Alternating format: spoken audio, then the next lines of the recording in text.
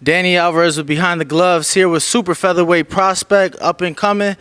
Gabe Flores, 21 years old, 20-0, fighting September 10th on the Oscar Valdez undercard. Back-to-back Oscar Valdez undercards.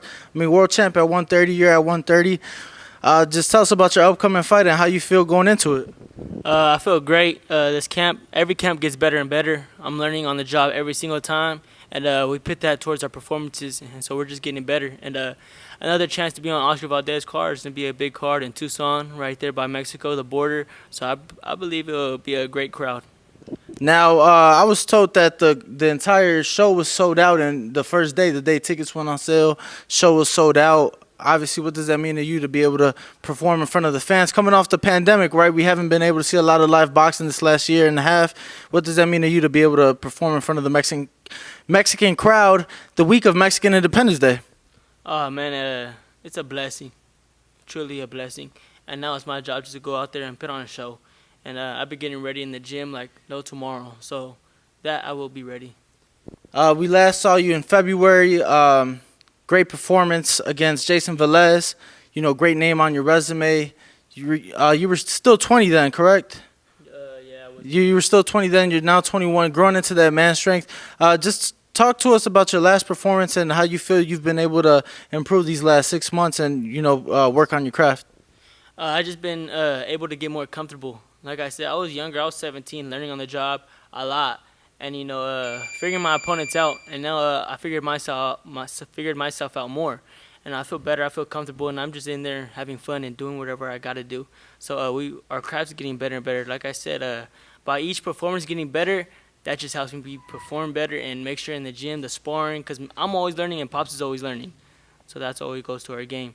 And this performance, I feel like each performance is gonna keep on topping it. It don't always mean I got to get a knockout. It just means I got to make less mistakes.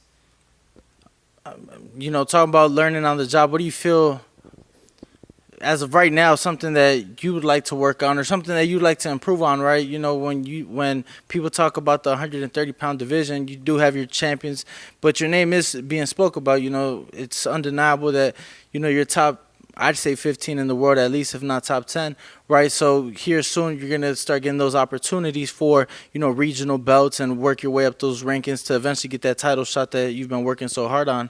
That being said, what is something that right now you think at 21 years old that you could, keep working on, perfect?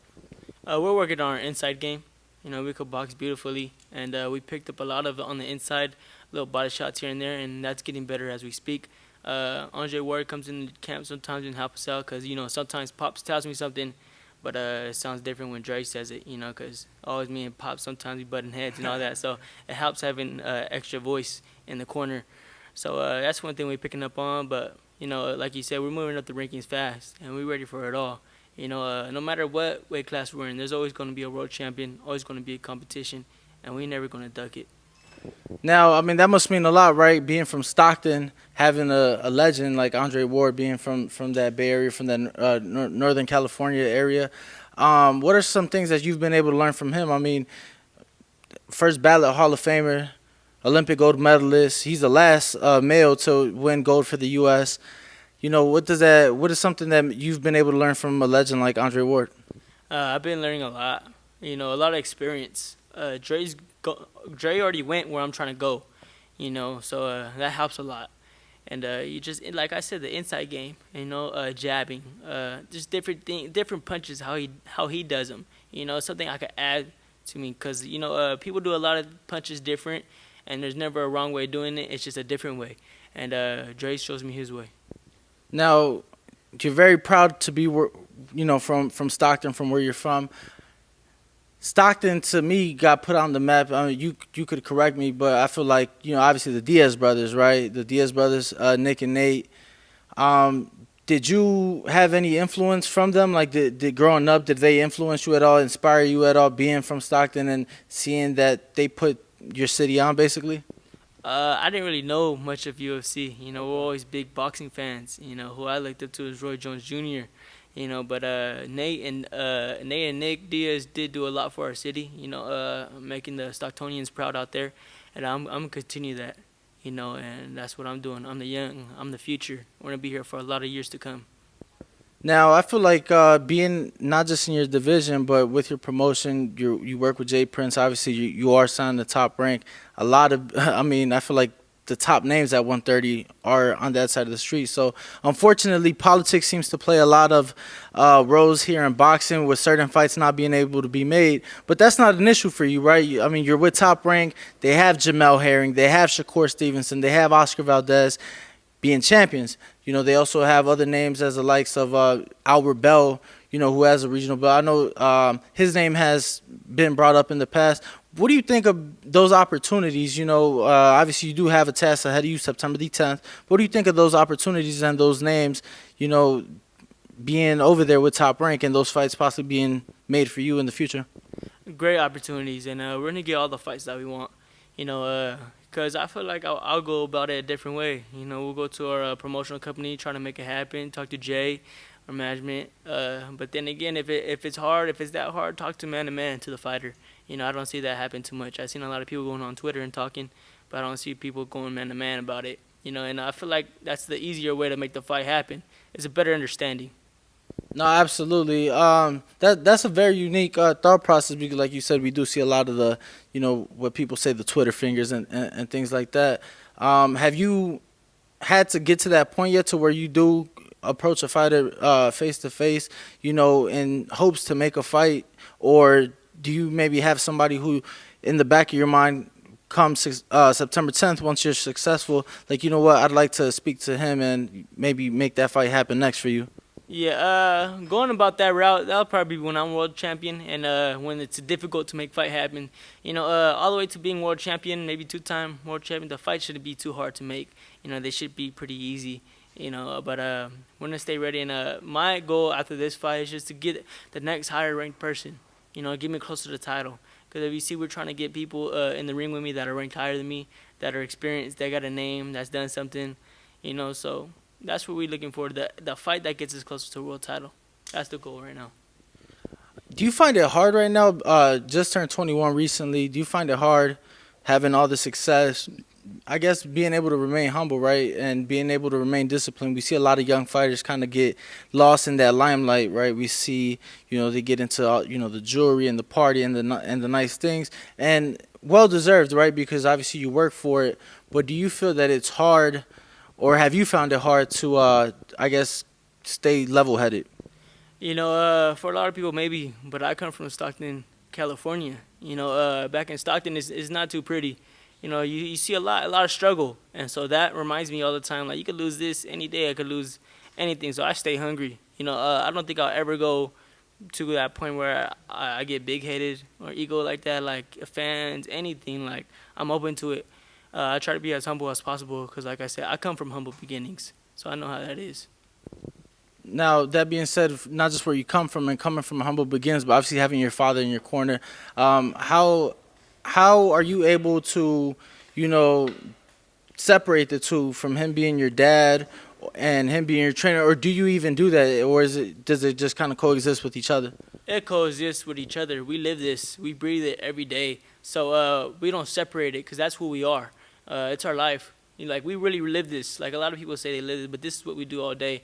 You know, even after my fights, we watch boxing. I'm thinking about boxing. I don't even have to be training, but I'm visualizing it. And I learned a lot from just visual. Like, when I started training, my older brother was the first one, and I already knew a lot how to do it the first day of training with my pops because I already seen it, and I thought about it, and I imagined it.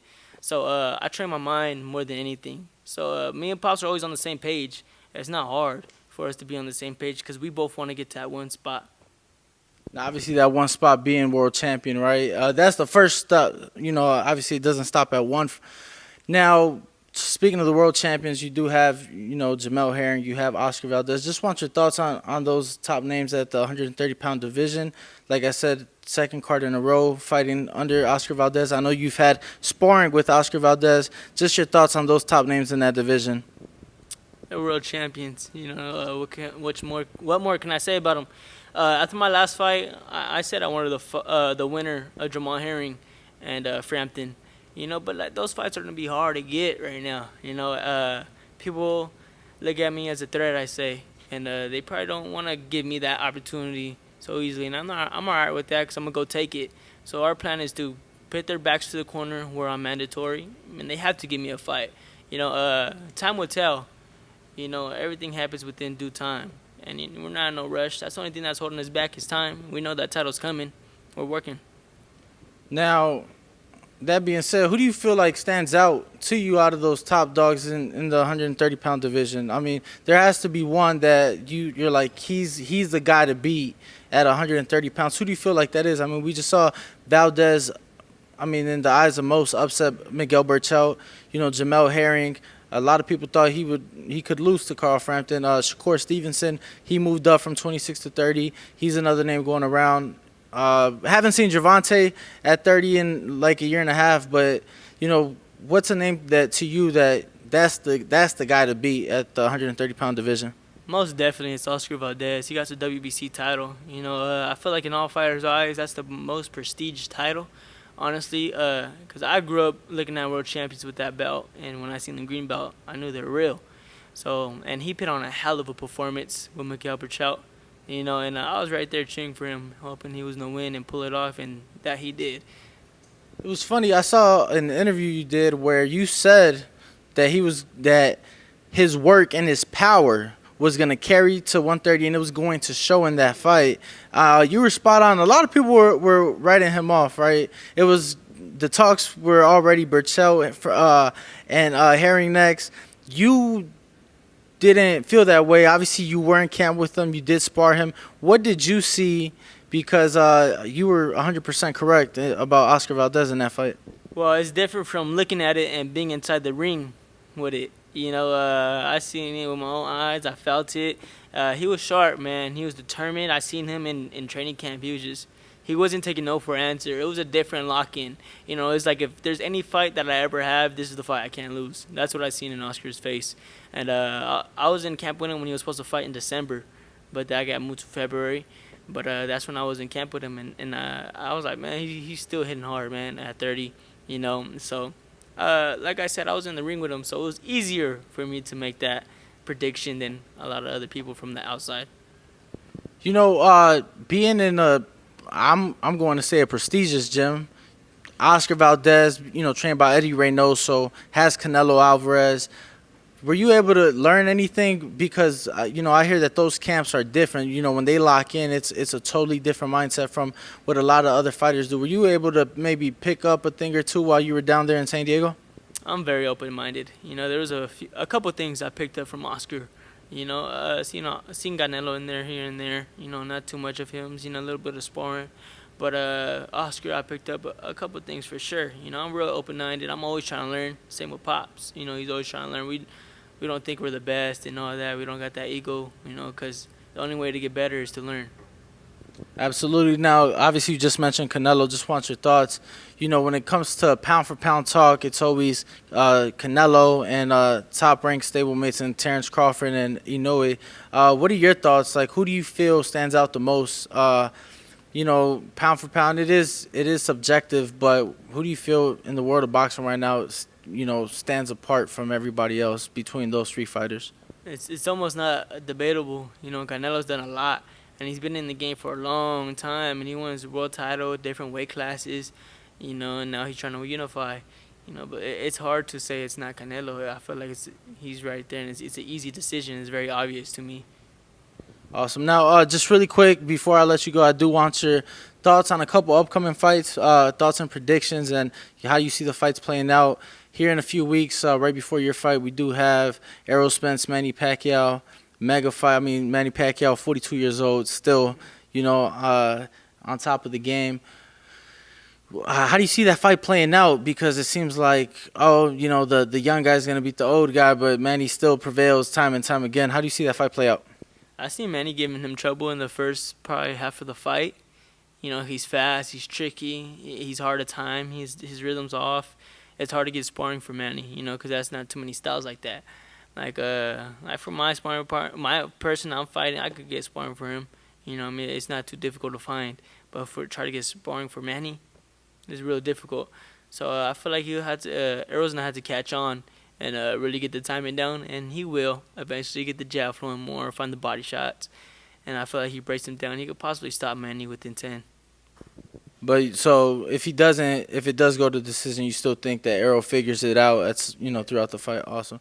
And then I mean we were hoping for Canelo, Caleb Plant for undisputed, but it seems like those talks are now dead. We do have Wilder, Tyson Fury, the trilogy.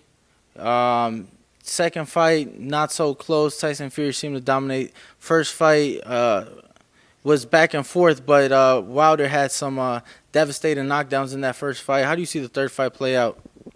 That's a tough one. I say Tyson Fury gets him again, though.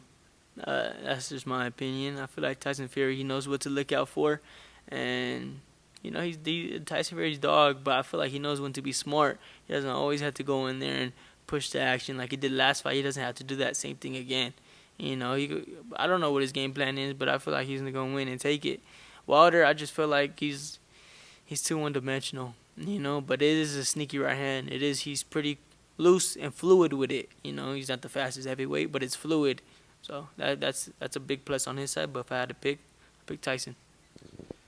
And if you could pick as a fighter, but as a fan as well, if you could pick one fight to be made in the sport of boxing, that isn't official, that we don't have upcoming, but something that you would like to see, what would that fight be and why?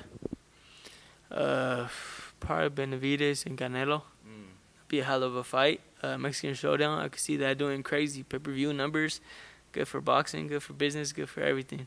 How does that fight play out in your eyes? Man, Benavidez is young, strong, and hungry, and he's quick, and and that's a big weight class, and that's Benavidez' weight class.